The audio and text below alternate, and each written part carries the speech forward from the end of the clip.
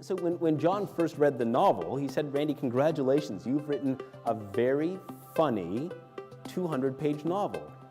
The problem is it's taken you 600 pages to do it."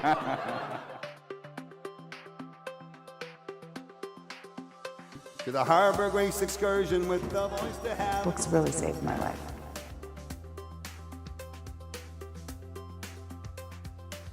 So is everybody prepared to go an hour or so without being glued to the television and watching Donald Trump? Can we do it?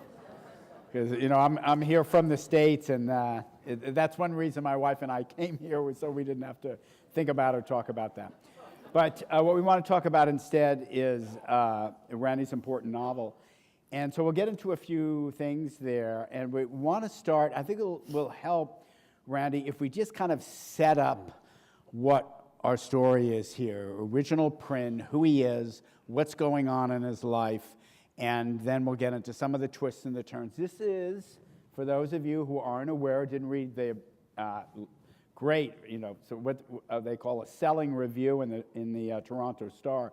This is a real story, and I can tell you, once you start reading, it's not going to take you a really long time to finish, because the pages just turn.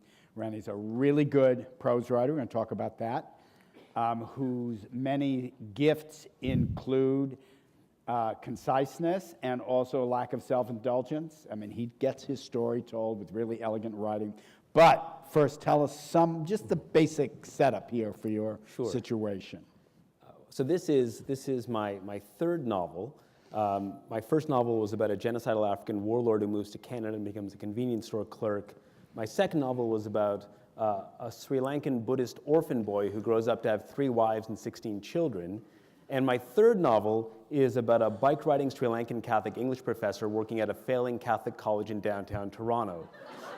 So I've been writing autobiographical fiction my entire life. And with this new one, the focus is on this middle-aged English professor named Prin, who has a wife and 4 beautiful daughters, and is... And be careful, everybody. Yeah, no autobiographical reference there. Right. And he is a leading expert in representations of aquatic life in contemporary Canadian literature. The only problem is the only thing he's found so far is the penis shaped like a seahorse in Michael Ondaatje's The English Patient. So his entire career is based on that one image. Surprisingly, the college where he works is going to shut down. It's failing. And at the beginning of the novel, Prin has 2 dilemmas. He has been diagnosed with prostate cancer, and his college is about to shut down. And he's cured of prostate cancer, and he has to then find a way to save his college while at the same time being a good husband and also in some ways kind of find a meaningful way to be a religiously serious person living out this kind of new life he's been granted after his being cured of cancer. And he's a serious practicing Catholic. And he's a serious practicing Catholic. Yeah, it's not just smells and bells. He actually lives as if God exists. And he has to figure out what that means in the context of the university potentially closing and his being asked to figure out how to keep it going. In fact, some of the best scenes in the novel are confession scenes, which are rare in literature today, but you remind us how interesting they can be. Now, one reason I wanted Randy to describe the situation and sort of machinery of the novel that gets the story going is this novel is a comedy. And you might not necessarily think that from what Randy has told you. It's a comedy from the first page to the last. And it's a certain kind of novel that it makes you laugh, and there's almost a kind of willed hilarity in it, even as it deals with really serious questions. And that's where I want to start with you, Randy, and that is, just give us a sense. You're also a literary scholar and professor of literature. How you do comedy now in what a lot of us will agree may not be the most amusing times that we've lived in. So what's the attraction to comedy? I think part of the attraction is simply writing in the way that kind of comes most immediately and naturally to your sense of the world. I was thinking about this just the other day. I was in Montreal last week to read from the novel. And it was a good series that I was part of, but I would say that the vibe was kind of dead mother doldrum, in a sense, right? It was very dark and serious and grim. And so then I started reading from original Prin, and no one was laughing. And joke after joke, bombing and silence and grimness. And I finally just said, no, this one's the funny one. And then people started laughing. But I've had people kind of observe that I'm a Canadian writer, and I've written a religiously serious comic novel. Strike one, strike two, in some ways, right?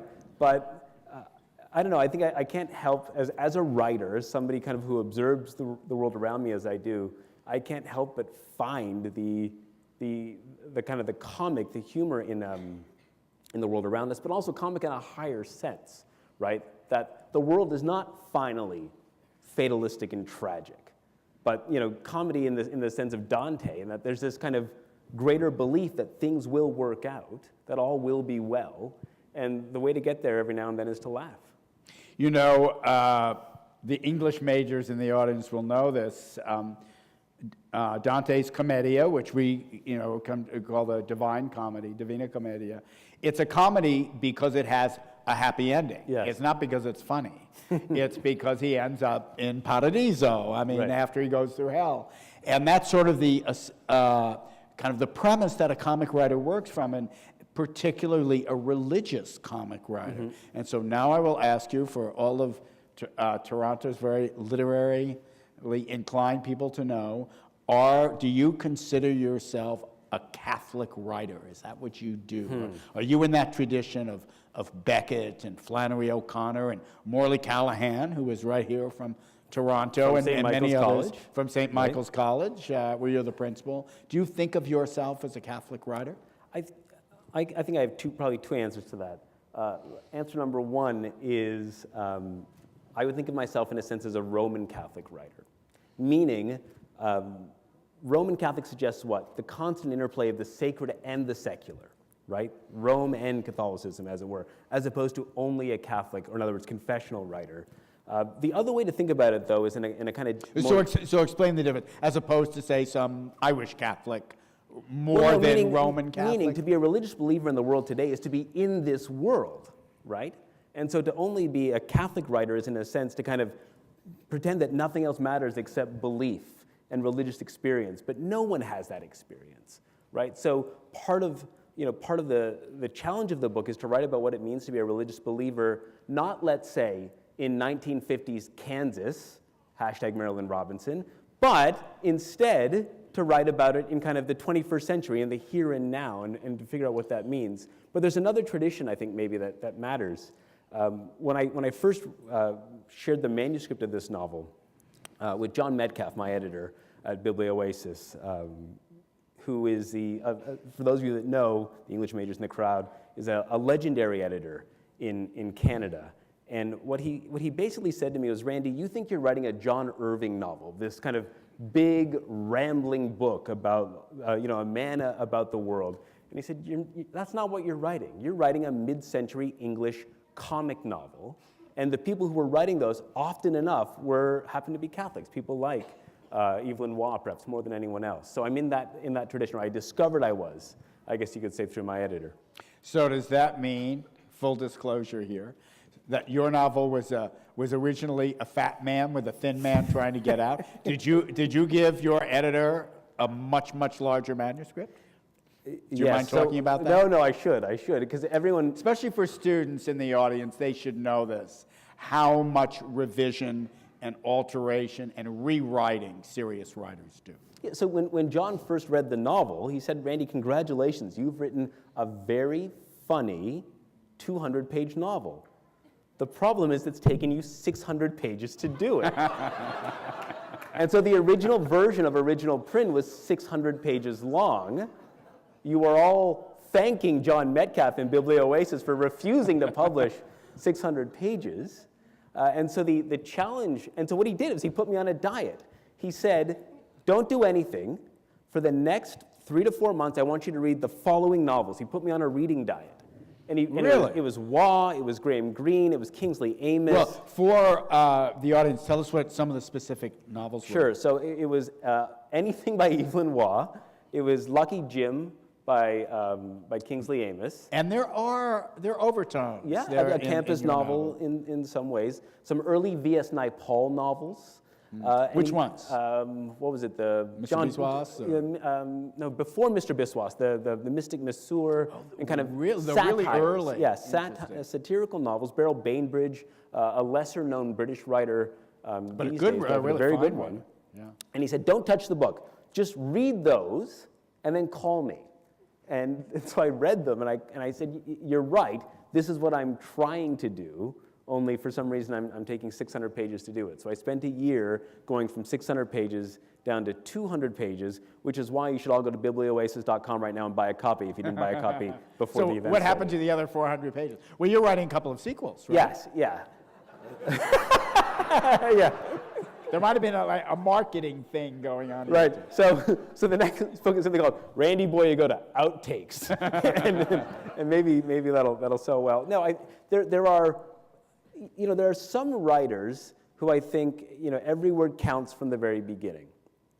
That's not me.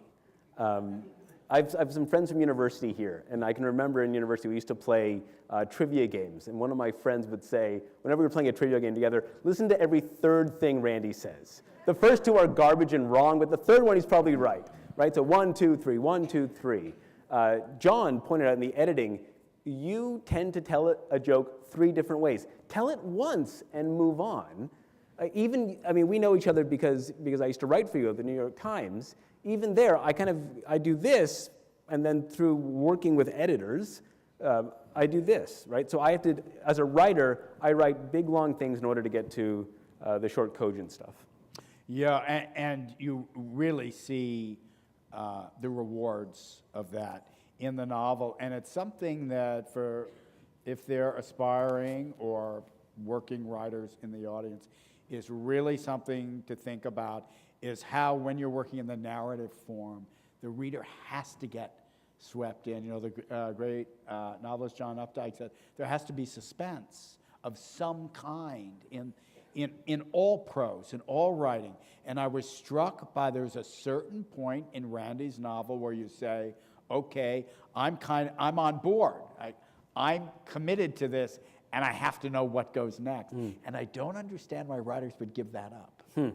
When you know what I mean? Right. Why they would set aside that power of the story and the narrative to pull the reader in. But because you're working in this comic mode, we've talked quite a lot about Catholicism, but actually Catholicism isn't the religion that drives some of the huge events in this small book. So talk a little bit about that. Well, in some ways, the novel's about the intersection of Catholicism with Islam, and the ways in which different sorts of religiously serious people encounter each other in rather kind of fraught ways. And places. Mention some of the other places. Right. So the novel begins at the Metro Toronto Zoo, and then from Toronto it moves eventually to Milwaukee for a little while, and then from Milwaukee it ends up in a place called Dragomans, which is a North African, Middle Eastern country that I sort of made up, I guess you could say, based on observation and thinking about things related to the Middle East and North Africa these days. And it's set in a country just emerging from a civil war with a kind of historic and minor Christian population and a kind of rising and frankly kind of aggressive Islamic sort of fundamentalist component to it, and then a secular technocratic government. And so Prin ends up going there because this government, here's the situation. So Prin's university is going to shut down, and it has 2 options for staying open. Option number 1 is they sell the historic buildings to a condo developer from China, and then the university becomes instead a kind of high-end luxury condo development for old people, like an elder care. Yeah, and all of the professors are retained to teach later life learning courses. Or The university opens a satellite campus in the Middle East. And Prin decides, and Prin's on the committee. This is his committee work. He has to decide which one of these the university should do. So part of this involves his ending up in the Middle East, where he has some encounters with other religiously serious people, not necessarily Catholic. Yeah, and there's terrorism in the novel. There's American terrorism, and there was also Middle Eastern terrorism. Yes. What did somebody say there? It's probably one of my kids. You Yeah, can I ignore think it. it It's was okay. one of you. It's okay. You can speak up. Yeah. Randy, your dad put you in his novel. You ought to be able to say something at the library when he's talking about it. Children, I did not put you in the novel. I just put 4 beautiful young children, daughters, who may or may not have some relationship to me. So what about the relationship? If you're writing as an informed and really kind of a scholarly Catholic, you wrote a biography of John Newhouse, a very influential conservative religious and political figure in the U.S. who converted to Catholicism. So how then do you approach Islam? You have to be pretty careful, right? Or do you just figure, well, I'm writing a funny book, I can do anything I like? Well, I think the writing proves it out. I think you can do whatever you like as long as it rings true. And so the parallels I think that I draw, eventually Prin has an encounter with another religiously serious person who happens to be Muslim, and Muslim from the US. And so part of the way the novel plays out is these kind of parallel lives that intersect. And I think the challenge there is to kind of figure out what it means to write about someone else with whom Prin has kind of a lot of things in common, but then things that are kind of fundamentally different at the same time. What I'm thinking about right now is a good friend of mine who's a religiously serious Muslim, and I think of him as very much in some ways a parallel, in that he is a religiously serious Muslim who binge watches Game of Thrones. So he's fully in this world, but not, as it were, of it. And he's a graduate student at Berkeley, just finishing his PhD, originally from Alberta, from Edmonton. So as a writer, these are the sorts of moments that interest me. He used to live with us when we used to rent out our upper floors to graduate students, and he was at U of T. And when he left to go down to Berkeley, my wife very generously gave these graduate students some of our old winter clothing, right? I don't know how it worked out, but they ended up getting it. He goes home to Alberta for Christmas break with his wife, who converted to Islam. Her father-in-law, who's not Muslim, picks them up from the airport. They call ahead, hey, we're coming from California. We have no winter clothing. Could you bring some winter clothing for us? So he gets some winter clothing out of this bin that we had sort of given them, or a bag or whatever, shows up, gives his daughter one jacket, and then gives his son-in-law the other jacket. Son-in-law puts it on, and he is a Muslim man in his 20s with a beard living in Alberta. And it's a lady's winter jacket. So his father-in-law picked the wrong jacket, okay? But he's cold, so he puts it on. Can you guess the brand? The brand is ISIS. So you have now this Muslim man in his 20s wandering around the Edmonton airport in a lady's winter jacket that says ISIS on the front of it. So as a writer, how can you not find, as a reader, as a thinking human being, how can you not find comedy in that, right? And so part of my temptation as a writer is to kind of engage. You're late for class on Mondays, and now you're late for my event. I will remember this. I kind of have a sense, of these sorts of events as the ones that are sort of so fused together when it comes to faith and politics and life as it is. And as a writer, these are the sort of things that I write about in original Prin, these moments. Well, and let me ask you about that. A big question that I think has been debated here, and it certainly is in the States, this idea of cultural appropriation. Right. If you're familiar with that. Who gets to tell what story? Right. What's your view on that? And we've come to the end of our time, everyone. That's what I'm here for. Yeah.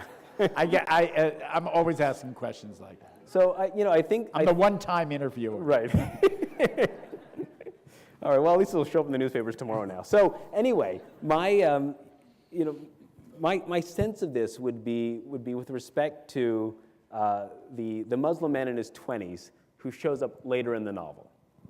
And in the original version of this, he was probably a little too straightforward and almost academic in how he was created. And so my editor pointed out, this character doesn't feel real. So not real in the sense of the dutiful research that I've done as a scholar to make sure I've got all the kind of elements right, but he doesn't feel like a real character on the page. And so therefore, he doesn't match well to Prin, who feels like a real character. So then I thought, well, I cannot write successfully a religiously serious Muslim in his 20s. But I could write about a musclehead gym rat moron who becomes a religiously serious Muslim, right? And so therefore, what I did was I wrote about this character as a kind of a gym guy, right? And so he's a bro. And so in the book, instead of saying inshallah, he says inshallah bro, right? Because he's sort of from these two different worlds, and then that's how I can do it, right? So I kind of write about him as this a guy from suburban New Hampshire who's fully immersed in that world, and then at the same time has kind of had this religious awakening. And if you read books like Graham Wood's book on ISIS, there's something to this, right? Like that the sorts of young men who tend to be radicalized these days aren't necessarily lifelong pious religious believers, but they are people who kind of are woke to this. Well, and in fact, that becomes sort of the joke of their quite fraught exchanges, Yes. actually, because it's a matter of life and death. Yes. But it does build on that. But it's life and death between a moron and this kind of a limp beta male English professor. Not autobiographical, but nevertheless.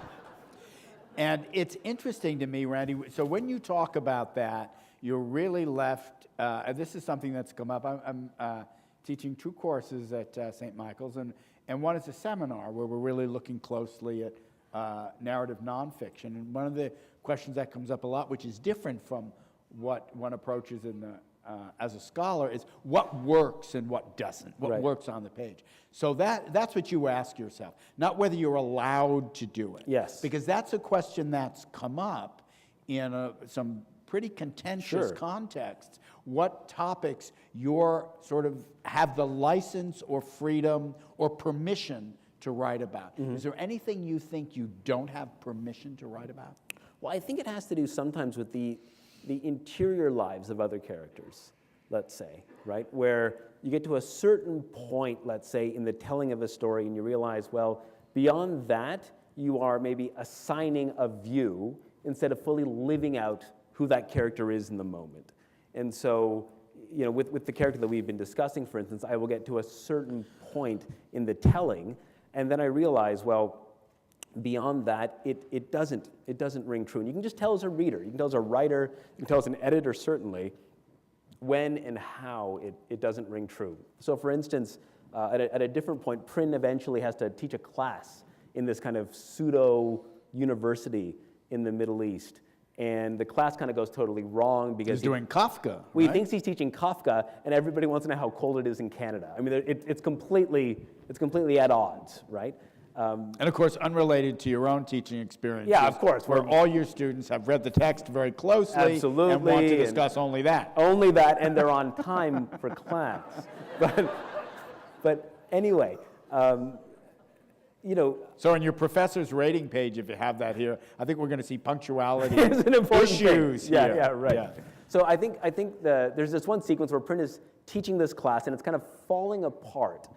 And in the first version of it, my editor said, this doesn't make sense. They all basically sound like professors or aspirations of what a professor wants to hear from students, right?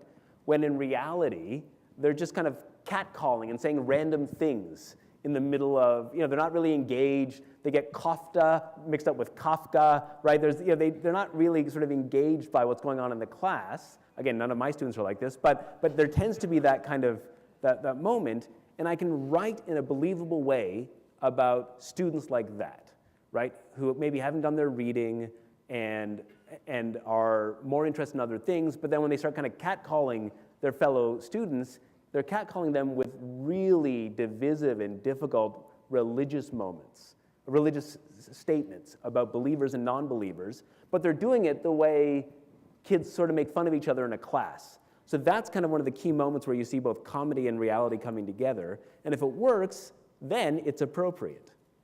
And I have to say, teaching at the university and meeting so many students, the diversity is really remarkable. And serious-minded, serious interest. You can talk about whatever your topic is, but the range of opinions, experiences is so diverse.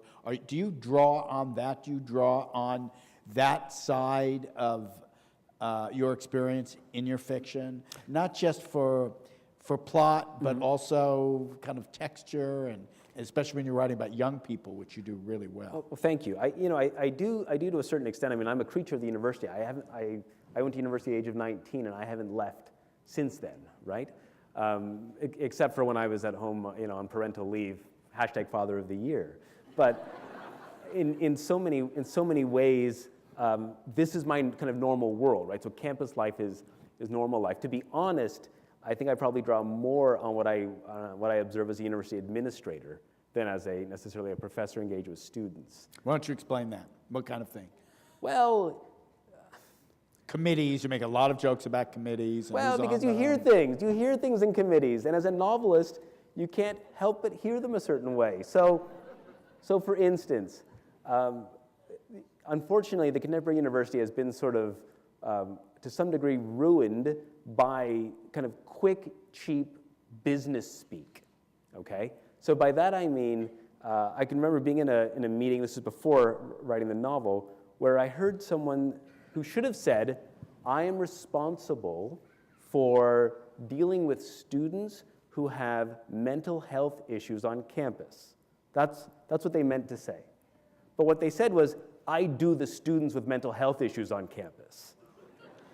And I look around, and everybody's sort of nodding and agreeing, and you think to yourself, well, no you don't. And why does no one else notice what you just said? And so I can't help but sort of notice things like that, right? And so in my novel, that's not the exact moment, that's not the exact quotation, but at one point, Prin's in this meeting, the president of the university says, the university is going to shut down, and we need volunteers to go on this committee, and no one will volunteer because people start saying, well, I do curriculum committee, oh, I do Senate reform, oh, I do students with disabilities, and then they just kind of keep going and going and going like this, and no one sort of notices it, but I notice it, and so I can't help but as a writer sort of take that down and use it later. Did you read David Lodge at all when you were working? Was he on the reading list or not? No, David Lodge is a kind of a very famous comic campus writer. English. But you read one, you've kind of read them all, right? I mean, it's like a Halloween-sized Snickers bar or something, in a good way. But you wouldn't sort of make a meal out of it, I guess. Well, that's my next question, which is, for the longest time, there was novelists were really concerned about becoming too much campus or university writers, because there's a joke, I think Nabokov made it, about what the typical jacket copy, the biography of the novelist would say. Well, he worked as a lumberjack, right, and then he, for 3 years, was a heavyweight prize, he was a prize fighter in the heavyweight division. Then he drove a truck, and then he did 6 years on death row before he wrote the greatest novel since Ulysses. That you were supposed to gather up all this experience. Life experience, right. Life experience, kind of the Hemingway model or the Norman Mailer model.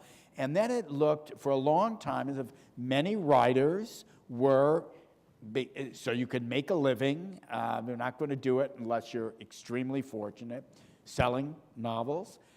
You become a teacher instead, and then the fear crept in that was kind of limiting their experience. Right. And is that something you think about or worry about? Or? Yeah, I was recently invited to start teaching creative writing at the University of Toronto. I said no, because I think there's two ways to understand this, right? I mean, I'm a professor who clearly cares about campus life, but there's something called creative writing, which is a kind of whole other phenomenon.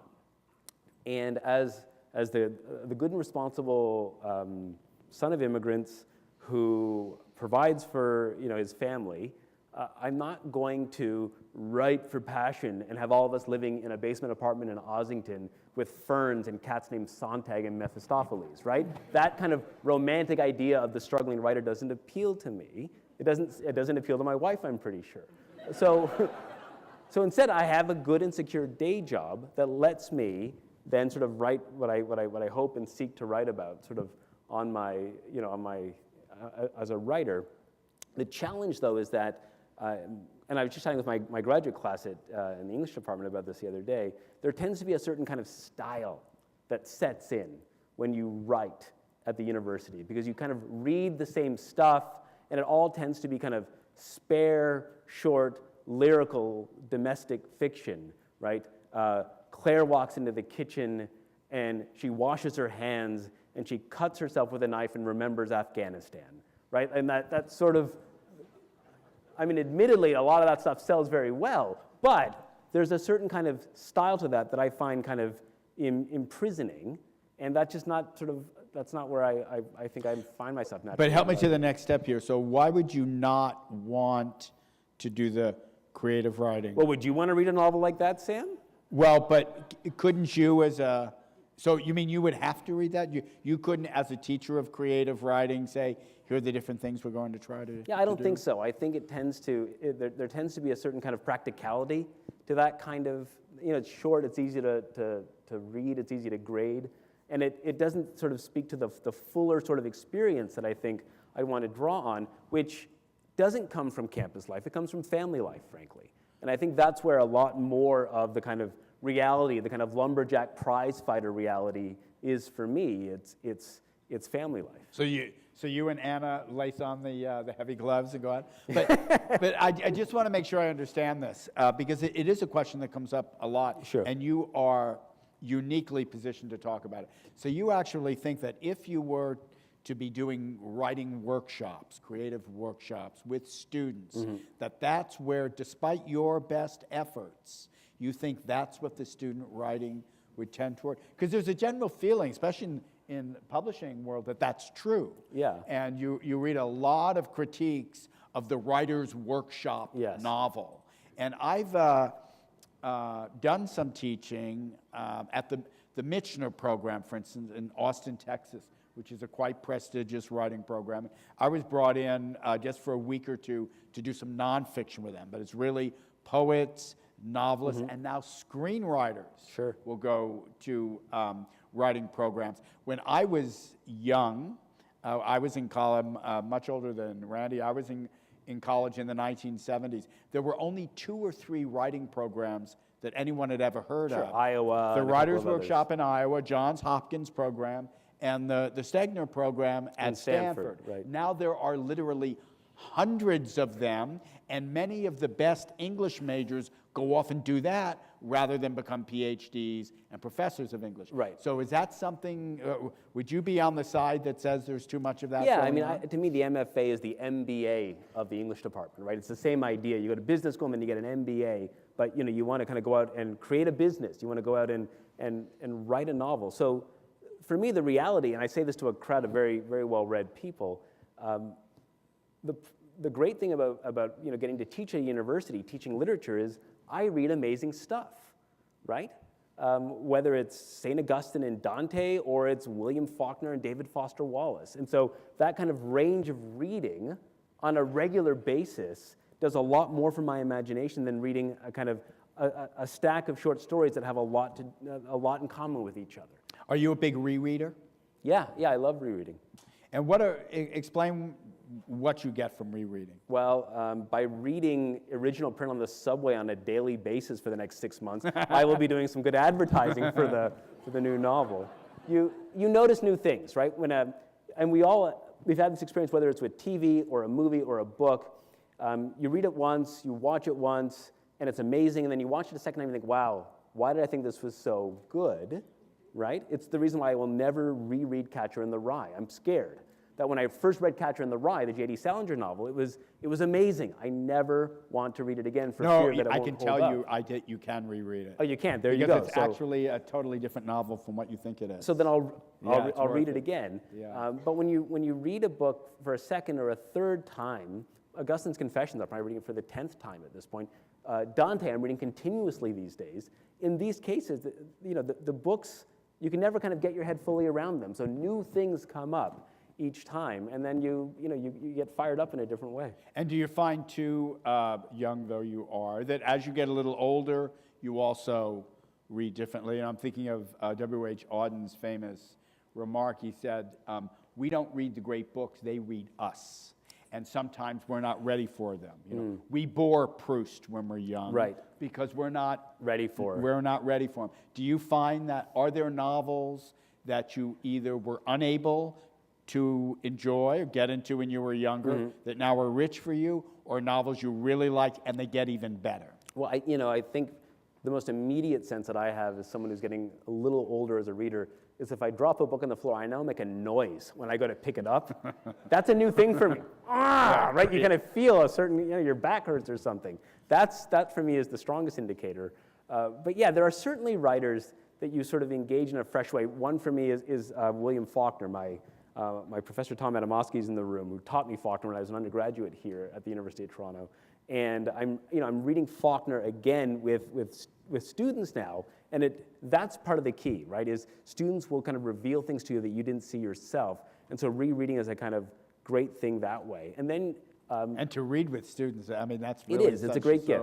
Absolutely, yeah. It's interesting. Just a little aside with Faulkner. Faulkner's really the great influence on Philip Roth, which it took me a long time to realize. But you'll see. And because we're both readers of Roth, but we want to get to somebody else soon. But just for those in the audience who are interested, Roth has said the novel he admires most is Faulkner's As I Lay Dying. And I think the reason is that it took Roth a really long time to be able to do multiple voices. Right. It was really his own voice. And As I Lay Dying has 15 narrators. Right. And so it opened that up to him. But let's talk about, I always like to ask this question of really good writers, because something people don't always know is something all good writers have in common is reading voluminously. I mean, even if you remember Truman Capote, who was kind of an imp in character, he read a book a day when he wasn't socializing with rich ladies. He read a book a day. So I want you to help us by just describing who some of your really favorite authors are. You've mentioned Faulkner, and novels you really like. Saul Bellow is really Sure, I love Saul Bellow. So which Bellow do you really like? The Adventures of Augie March and Herzog would be the novels that I like the most. But the greater challenge, and I am sure I'm not alone in this room, is reading in our kind of distracted age. And I discovered, kind of to my great embarrassment about a year ago, that I could not read a novel without checking my phone every 5 to 7 minutes, right? And it's this kind of, it's the age we're in, but it's this kind of supreme vanity that each of us has. I really need to know what's going on with the DACA legislation that's gone to committee suddenly. And so I need to read the 3rd Times article about this. And meanwhile, I can't finish a page of Faulkner because I'm so distracted. So one thing that I did last summer was I deleted all the news apps from my phone, and I started reading in a far more kind of ritual way to kind of build back up those muscles. So every night, I have a novel on the go every night, Dante every morning, and it's in a sense, I'm sure there's a religious component to this, but I read it in a very deeply structured way. But for me, the audacious thing in all of this is to watch my children read, to be honest. And it's a great envy. And if you ever see children reading, it is one of the most amazing things because you can't stop them, right? When young people are hooked, when children are suddenly discover that they can read by themselves, the great problem in the Boyagoda household is yelling at our kids because they won't stop reading. But what an amazing thing. I wish my wife yelled at me because I'm reading too much. Instead, she yells at me for other reasons we can get into maybe in the Q&A, Anna, if you'd like. But the very active reading, never mind what you read, and I could list a lot of people, but we all need to build it up. And I want you to think about this, all of you. Time, the next time you're reading a novel or anything, time how long you can read something before you need to check your phone, right? It's sad how attenuated our reading muscles have become in this distracted age.